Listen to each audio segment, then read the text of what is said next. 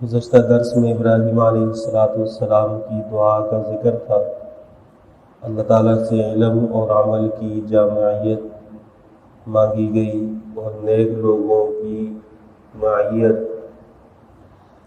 کا سوال تھا، اور بعد میں آنے والے لوگوں میں ذکر خیر کا سوال تھا اور جنت کا سوال اور اپنے والد کی مغفرت کی دعا تھی۔ آج کے درس میں جو 3 آیات پڑھی گئی ہیں، ان میں سے پہلی آیت وہ گزشتہ درس کا تتمہ ہے، اسی دعا کا حصہ ہے۔ وَلَا تُخْزِنِي يَوْمَ يُبْعَثُونَ، اور اے اللہ مجھے اس دن رسوا مت کر دینا جس دن لوگوں کو اٹھایا جائے گا۔ قیامت کے دن دنیا میں اللہ تعالیٰ نے انسان کے بہت سارے عیبوں پر پردہ رکھا ہوا ہے، اور ایسے ایسے عیب ہیں، ایسے ایسے گناہ ہیں کہ اگر آج اللہ تعالیٰ اپنا صفت ستاری کا اظہار نہ فرمائے اور ان پردوں کو کھول دے تو ہم میں سے بہت سارے باپ وہ اپنے بیٹے کے سامنے نہیں آ سکیں گے، بہت سارے بیٹے وہ باپ کے سامنے نہیں آ سکیں گے، بیٹیاں باپ کے سامنے، باپ بیٹیوں کے سامنے نہیں آ سکے گا، میاں بیوی کے سامنے، بیوی میاں کے سامنے نہیں آ سکے گی۔ یہ اللہ نے ستاری کا معاملہ کیا ہوا ہے۔ فرمایا کہ ہمیں اس دن رسوا مجھے مت کرنا، اس لیے کہ وہ فیصلہ علی رؤوس الخلائق ہوگا، وہاں کل کائنات جمع ہوگی، والدین، اساتذہ، بزرگ، مشائخ، دادا دادی، نانا نانی، سب کے سامنے فیصلے ہوں گے۔ اس دن اگر کسی کے لیے اعلان ہو گیا جہنم کا اور اس کے برے اعمال کھل گئے تو اس کے لیے رسوائی ہی رسوائی ہے۔ فرمایا کہ وہاں رسوا مت کرنا۔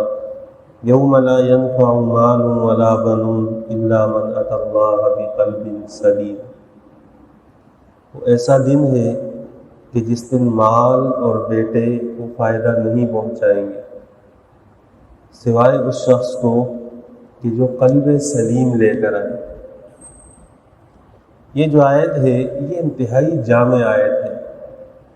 ہمارے یہاں جمعہ کا ایک بیان شروع ہوا تھا اور شاید 3-4 جمعے اس آیت پر گزر گئے تھے، مضمون اس کا پھر بھی مکمل نہیں ہوا تھا۔ قیامت کے دن مال اور بیٹے فائدہ نہیں دیں گے۔ دنیا میں انسان اللہ تعالیٰ کی جو نافرمانی کرتا ہے اس کی 2 بڑی وجہ ہیں۔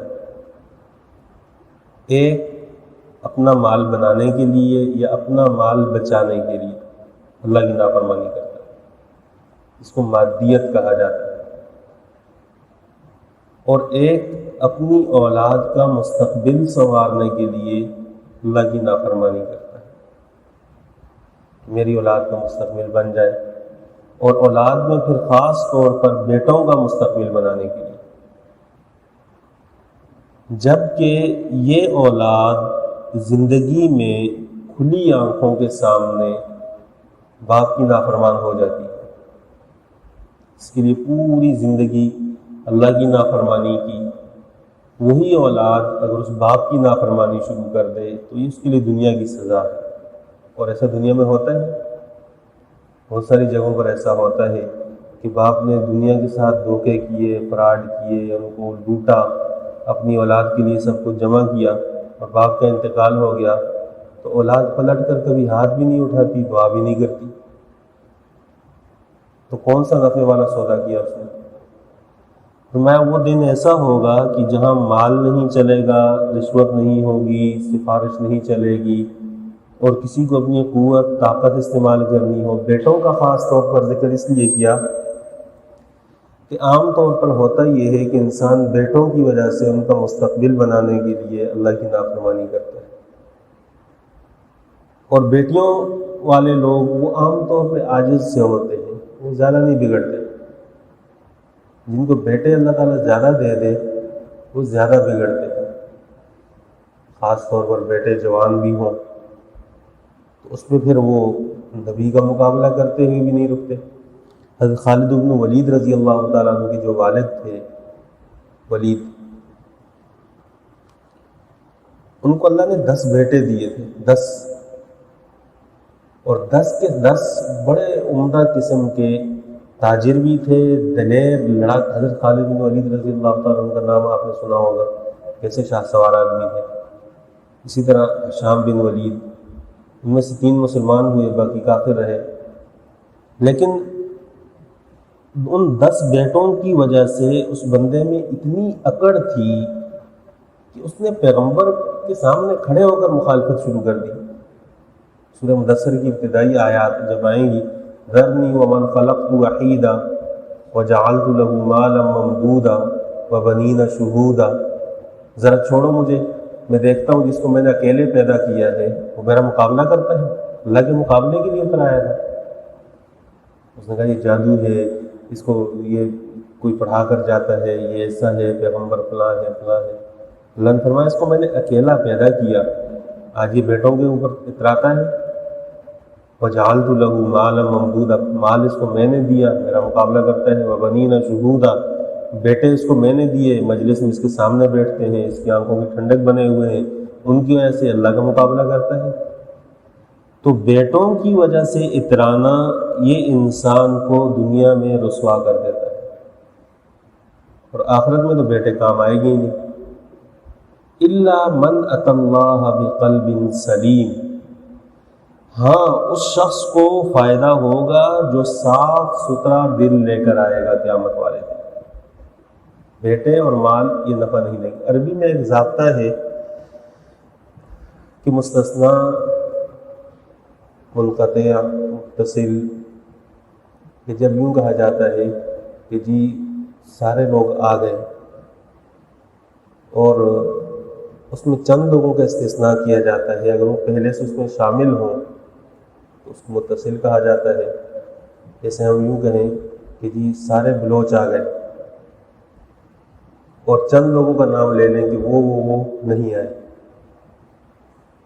تو وہ لوگ اگر بلوچ قوم میں شامل ہیں تو متصل ہیں، اگر نہیں ہیں پہلے سے ہی الگ ہیں تو ان کو منقطع کہا جاتا ہے۔ اس کی وجہ سے مفہوم میں فرق پڑتا ہے۔ یہ جو الا کا لفظ ہے یہ استثناء کے لیے، جیسے سب آئے مگر یہ تو فرمایا کہ مال اولاد یہ نفع نہیں دے گی، مگر جو قلب سلیم لے کر آئے گا اس کو نفع دے گی۔ کہ جو نیک صالح شخص ہوگا اس کا مال بھی آخرت کے لیے ذخیرہ ہے، جس کا دل صحیح ہے اس کی اولاد بھی اس کی آخرت کے لیے ذخیرہ ہے۔ دوسرا مفہوم اس کا یہ بنتا ہے کہ مال اور بیٹوں کا فائدہ دنیا میں آ کر ختم ہے، آخرت میں انسان کو نفع ہوگا اپنے ایمان اور عمل سے۔ قرآن کریم کی آیات سے اس دوسرے مفہوم کی تائید ہوتی ہے کہ آخرت میں اپنا ایمان اور اپنے اعمال اس کی بنیاد پر نجات کا دار و مدار ہے۔ اس دنیا میں انسان کو اللہ نے جو وقت دیا ہے اس میں اپنی آخرت کو بنا لے، اپنے بیٹوں کو بھی اس میں صرف کر دے، اپنے مال کو بھی اس میں خرچ کر دے، تو آخرت میں قلب سلیم کے ساتھ پہنچے گا۔ وہ دل کہ جس کو اللہ تعالیٰ نے صاف کیا ہوا ہے دنیا کی حرص لالچ سے اور آخرت کی طرف رغبت دی ہوئی ہے، وہ قلب سلیم ہے جو باطنی عیوب سے پاک ہے۔ قلب سلیم وہ دل ہے جس کے اندر باطنی عیوب نہ ہو۔ جیسے ظاہری بیماریاں ہوتی ہیں اسی طرح کچھ بیماریاں باطنی بھی ہیں، حسد ہے، بغض ہے، کینہ ہے، دلوں میں جو عداوت بری ہوئی ہوتی ہے، جھوٹ بولنا، یہ ساری چیزیں ان کا تعلق دل سے ہے۔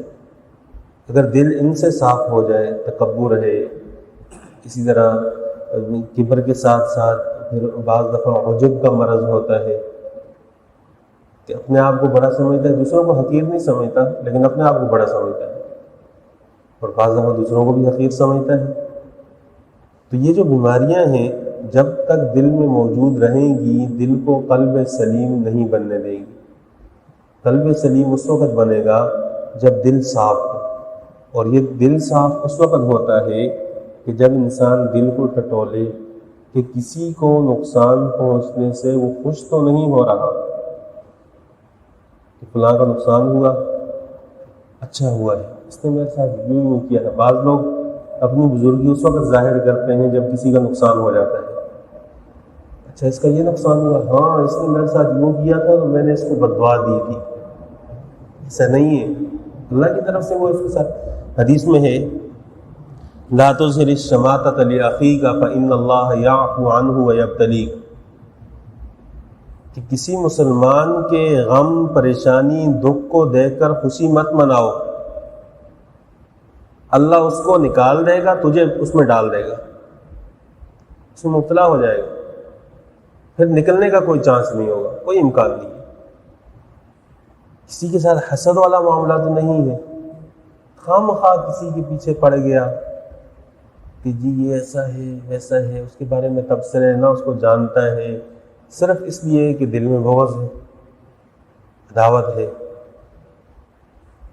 اس کی وجہ سے اس کی ذاتیات پر، اس کے گھر پر، اس کی اولاد پر، اس کے خاندانوں میں، قوم قبیلوں میں یہ سلسلہ عام ہوتا ہے کہ کسی ایک بات پر دل میں حسد پیدا ہوا، بغض پیدا ہوا، وہ پھر بڑھتے بڑھتے بڑھتے بڑھتے انسان یہ چاہتا ہے کہ بندہ بھی مرے، اس کی عزت بھی خراب ہو، اس کی جائیداد بھی خراب ہو، اس کی اولاد بھی ختم ہو، اس کو ہر اعتبار سے نقصان ہو. یہ حسد اصل میں وہ بیماری ہے کہ جس میں بندہ اللہ سے لڑ رہا ہوتا ہے، اس کو پتہ نہیں ہوتا، کیونکہ دنیا کی نعمتیں یہ اللہ نے دی ہیں. حضرت حاتم الاسم رحمہ اللہ فرماتے ہیں کہ میں نے جب قرآن کی آیت پڑھی نحن قسمنا بینہم معیشتہم فی الحیات الدنیا، وہ آگے سورہ زخرف میں آ جائے گی، ورفعنا بعضہم فوق بعض درجات، کہ دنیا کی جو زندگی ہے اس میں ہم نے تقسیم کی ہے، اس کو اتنی اولاد ملے گی، اس کو ایسا گھر ملے گا، اس کو ایسی سواری ملے گی، اس کو یہ نعمت ملے گی، اس کو یہ نعمت ملے گی. یہ اللہ نے تقسیم کیا ہے، اس میں بندے کا کوئی دخل نہیں. فرماتے ہیں جب سے میں نے یہ آیت پڑھی ہے فلم احسد بعدہ احدا، اس کے بعد میں نے زندگی میں کسی سے حسد نہیں کیا. کہ اگر دیا ہے تو اللہ نے دیا ہے، اللہ کا فضل ہے. اب اگر میں اس سے حسد کروں تو میں تو اللہ سے لڑنا شروع کر رہا ہوں کہ اللہ نے اس کو کیوں دیا ہے. تو یہ باطنی بیماریاں ہیں، جب یہ ختم ہوتی ہیں پھر اس کے بعد دل قلب سلیم بنتا ہے. وہ دل جو ہر قسم کی باطنی بیماریوں سے سلامت ہو، حفاظت کے ساتھ اللہ تعالیٰ کے سامنے پہنچ جائے. اور قلب سلیم میں عقیدے کی گندگی نہیں ہوتی، اعمال میں اخلاص ہوتا ہے، ان میں کوتاہی نہیں ہوتی، ایمان بھی صحیح ہوتا ہے، اعمال بھی ٹھیک ہوتے ہیں. اگر اس حالت میں اللہ تعالیٰ کے سامنے پہنچ گیا تو وہ کامیاب آدمی ہے. اللہ تعالیٰ سے دعا ہے قرآن تعالیٰ